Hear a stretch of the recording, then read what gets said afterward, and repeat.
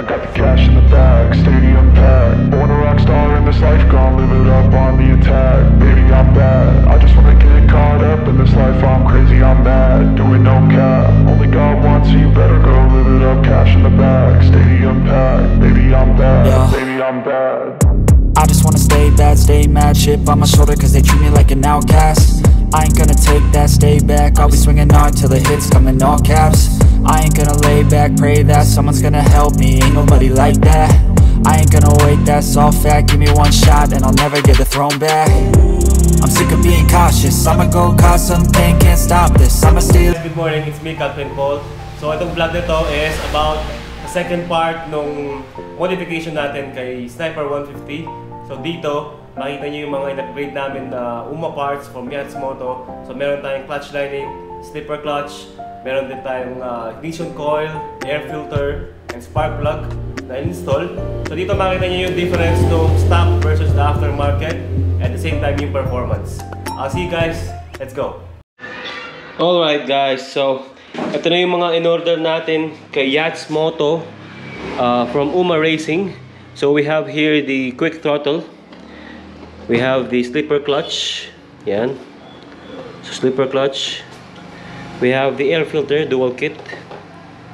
We have the spark plug Iridium U-Tech ignition coil or plug coil, and we have the clutch plate. Since wala akong magawa, nainip ako, so I decided to install the spark plug, air filter, and ignition coil.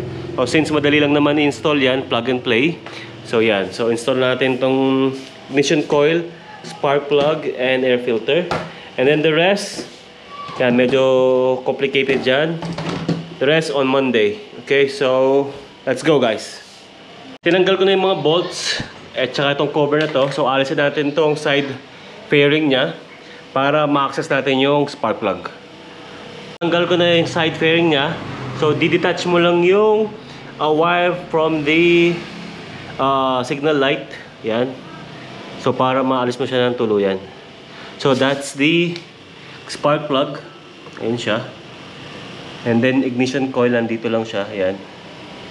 So alisin lang natin yan guys. So meron naman tayong wrench, socket wrench for the spark plug. So let's go. Okay guys, yan. So natanggal ko na yung spark plug cup. So we will be using 16mm socket wrench.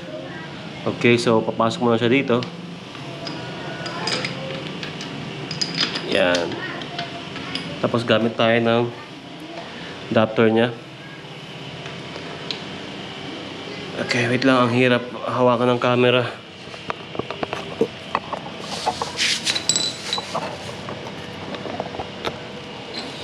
Yan guys, so tanggal ko na yung spark plug nya using the socket wrench 16mm. So tanggalin mo lang siya sa kamay. Yan, ikot lang.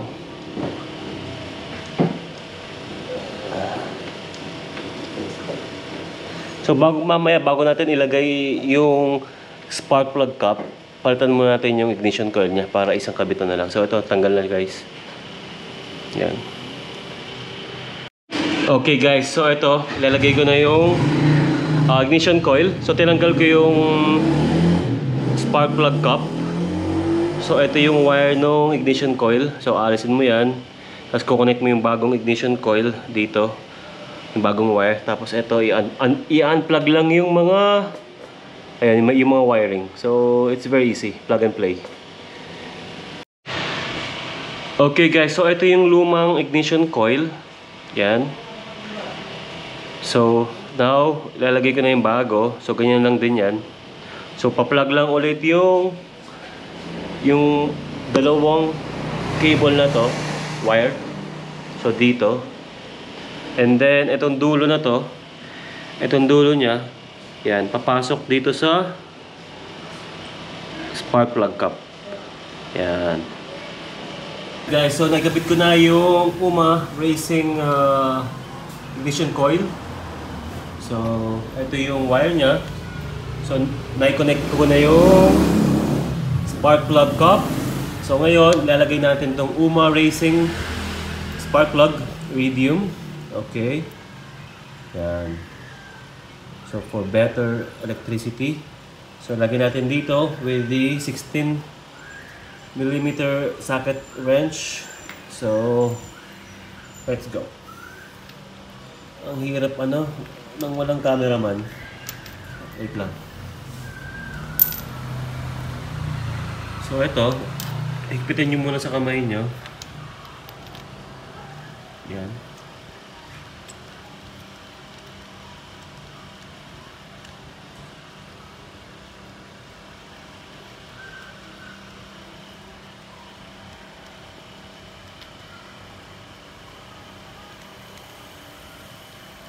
And then pagka hindi na kaya ng kamay nyo na higpitan siya, that's the time na you need the wrench.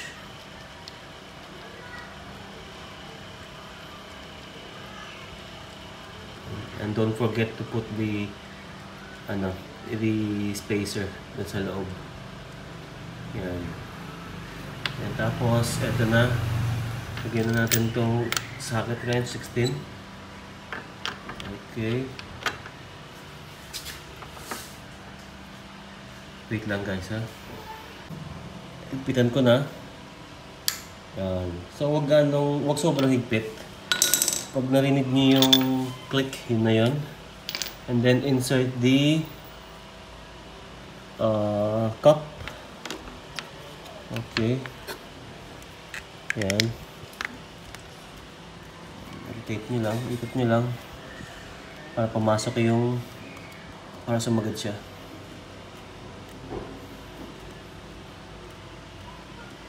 Yun guys, so yun lang. Now I'm gonna install the air filter. At air filter na lang. Okay guys, so finally installed ignition coil and UMA spark plug. So ngayon, papalitan natin yung air filter niya and then we will do a test ride. Okay guys? So ito yung air filter niya. Says air filter dual kit. Okay, increase airflow, bigger surface area. So let's go!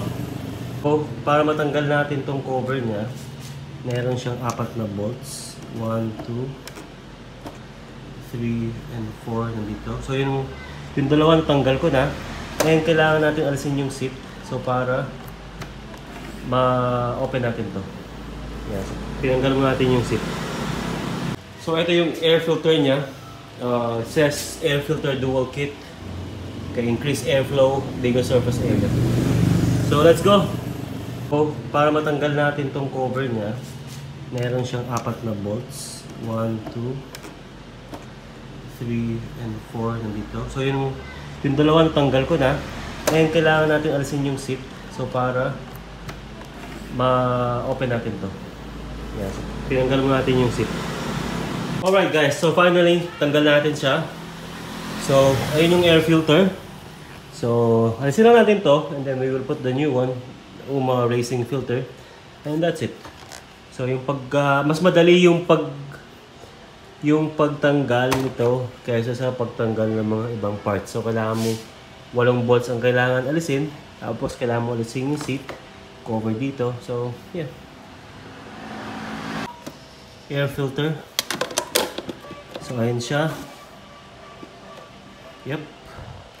And then babalik lang natin tong mga tinanggal natin na bolts and cover, and it's good to go.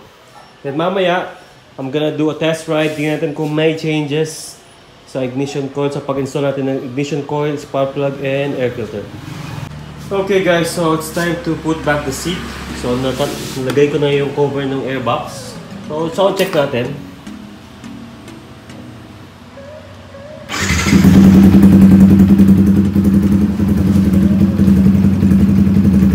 Mamaya, we will do a test ride and tignan natin kung may changes ba, kung mas better acceleration.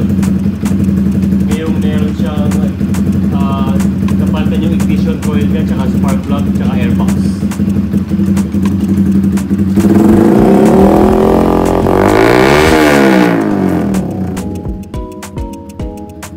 guys, so na-install ko na lahat ng cover ni Sniper. So we will do a short test ride. Tignan lang natin kung may changes. And then on Monday, they will install the slipper clutch and quick throttle. So that's it guys. I'll see you on Monday. Bye bye.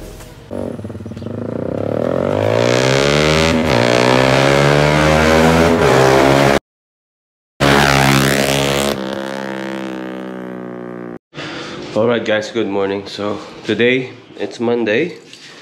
Install namin yung ibang parts na na-order namin kay Yats Moto. So it's 7:30 AM. So hinihintay ko lang yung mekaniko. So on the way na daw siya. Alright guys, so ayun na yung mechanic natin, si Adonis. Yeah, shout out Sir Adonis. Kami gusto kong batiin dyan. Nayapa. Yan, sige. Yan. So ito, matagal na siyang mekaniko since nagmumotor pa yung airpod ko. So siya yung gagawa ng Sniper natin. Yan. Alright guys, so yan. Tatanggal na yung clutch mechanism. So ayun yung stock. Yan. Clutch plate tsaka yung ano bang tawag doon? Clutch basket. Yan. Clutch hub. Yung Okay guys, so ayan yung metallic lang kaya. yung stock na clutch ng Sniper. So sabi ng mekaniko, bagong-bago pero maalog. Maalog na yung clutch basket. Pakita mo mechanic. Yan. So dapat ayusin ng Yamaha to. Yan ang gumawa na issue ng Sniper eh. Yan ang marami yung issue niya. Yun daw yung tinatawag na lagutok. So maluwag to. Pag ginanon mo, gumagalaw siya kahit sa kamay lang. Yan. So yan. So isa rin yung reason kaya tayo nagpapalit ng clutch plate. Tsaka ng clutch ano ba tawag dito? Clutch mechanism yan.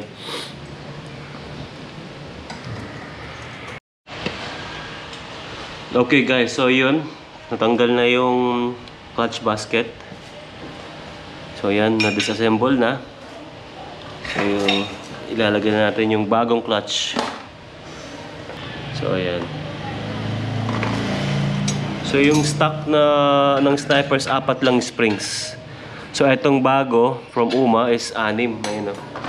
6 sila. Ah sorry, 6. 5 pala, 5. Sorry, 5 pala. Yung stock 4. Yan. Yung stock 4 lang.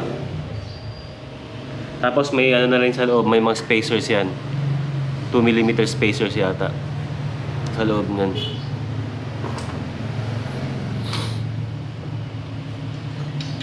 So yan, higpitan na ulit.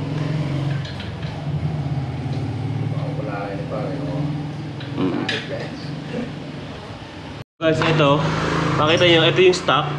Ito yung Uma Racing. So, ito yung difference niya. Ito meron siyang parang stopper sa loob. Natatanggal ka mo. Okay. Detachable. Ito, Kapix yung sa ngipin niya sa gitna. yan. Ito, naka-fix. Yun, hindi. Ito natatanggal siya. So, pag nasira ito, pwede yung palitan lang to, no? So, ito, fix na siya. Ayun. Okay guys, so yun. Bumili tayo ng engine oil. Tapos niya ko talaga Ito. Ito, Peng, oh. Baka may gusto kang batiin. Yan, dito ko. Captain Paul, talaga niya, i-skip na patalastas na. Yan, dito ko yan. Ito, Peng. Burera tuloy-tuloy yung panel benda, burera yung Captain Paul. Yan. Ay, burera, ano itong tetakan Jim? Ah, Jim. Wow. Kaanong macho ka rin. Kaso kayong vlog tamo, motor eh. Sa motor tayo eh. Kaluan niya mo ano kaya ng Jim, maski. Sige, sige. Araw na ako. Ay, itang gawa ang motor, dapat sa isoy, may kaya pabilsin niya isoy. Tagano ko, ilog siya pa. Bapo, sige po. Kaya tao pa na. Simpong gagawin siya. So ayan guys, nilulubricate yung mga mga parts ng clutch. So yung oil na binili natin, So kailangan i-lubricate muna daw bago isalpak doon sa clutch basket.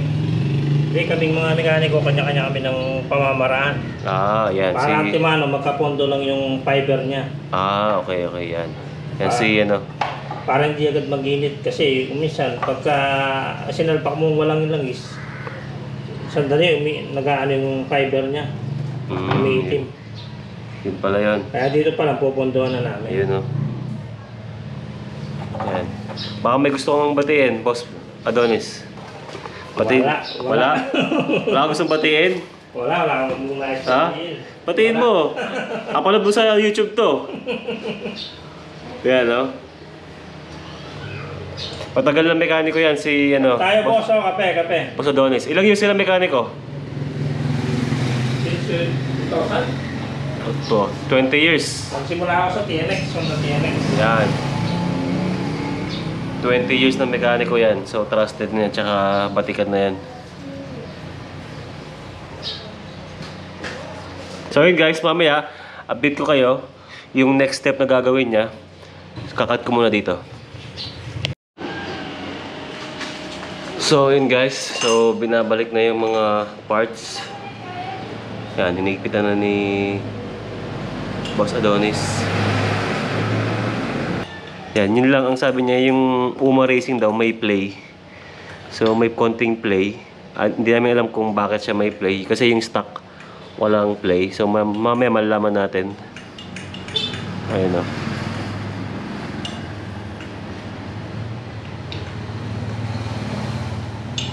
Siguro pag hinigpitan yan, yung mga springs mawawala. Or siguro dahil talagang may play dahil sleeper clutch. Kasi ang purpose niyan para pag nag-downshift ka, parang mag-i-slip yung clutch kagad eh. So, papasok siya kagad. Tapos, ma-prevent yung pag-skid or pag-lock ng rear wheel. So, yun ang purpose niyan. Kaya tayo nagpapart ng sleeper clutch. Yung mga sudden downshift. Yan. Minsan kasi pagka hindi tama yung speed mo sa pag-downshift mo, doon nag-skid yung rear wheel. Alright guys, so update lang. So malapit na matapos yung slipper clutch.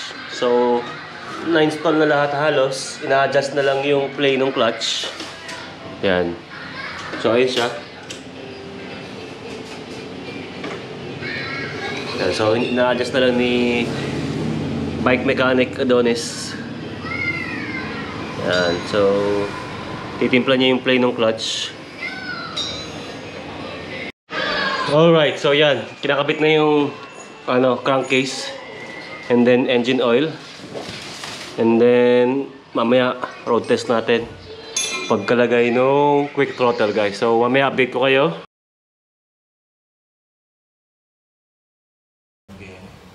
Alright guys, so yan. Nakabit na yung muffler, nakabit na yung cover ng engine. So ngayon yung quick throttle naman ang install ni bike mechanic Adonis. So ang difference niya is mas malaki to kaysa sa stock. So mas malaking diameter nito. So pagpiga mo mas konti yung gap. So mas siya, mas responsive yung pagpiga mo ng throttle. So yun ang purpose na. So ayan, nakabit na siya. So ayan siya. So hindi namin inalis tong yung may switch. Sayang eh. So i-adjust na lang dito. Yeah, so ito na sa dulo. Hindi na siya magkasya. So siguro bibili na lang ako ng aftermarket. Okay guys, so yan. Testing ni bike mechanic.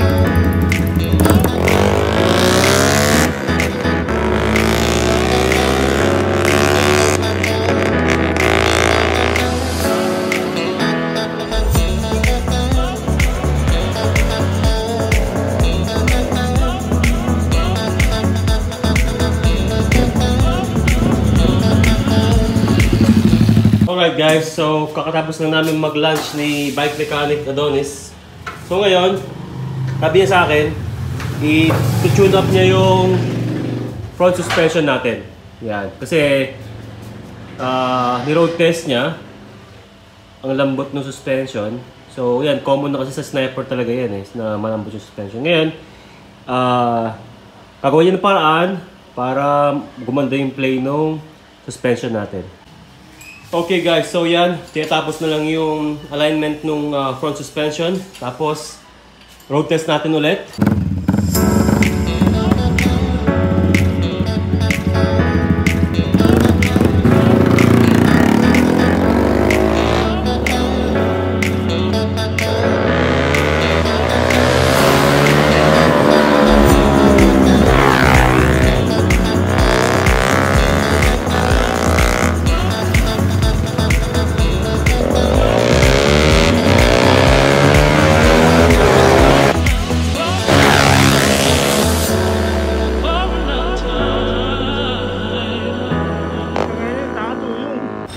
Okay guys, so finally tapos na Sniper.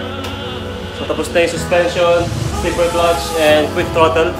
So thank you kay bike mechanic Adonis. Boss, kaway ka muna boss. Yan. Thank you kay EJ. Yan, so tapos din, so ang lagkit na namin. Wala pang ligo. Okay guys, so yan.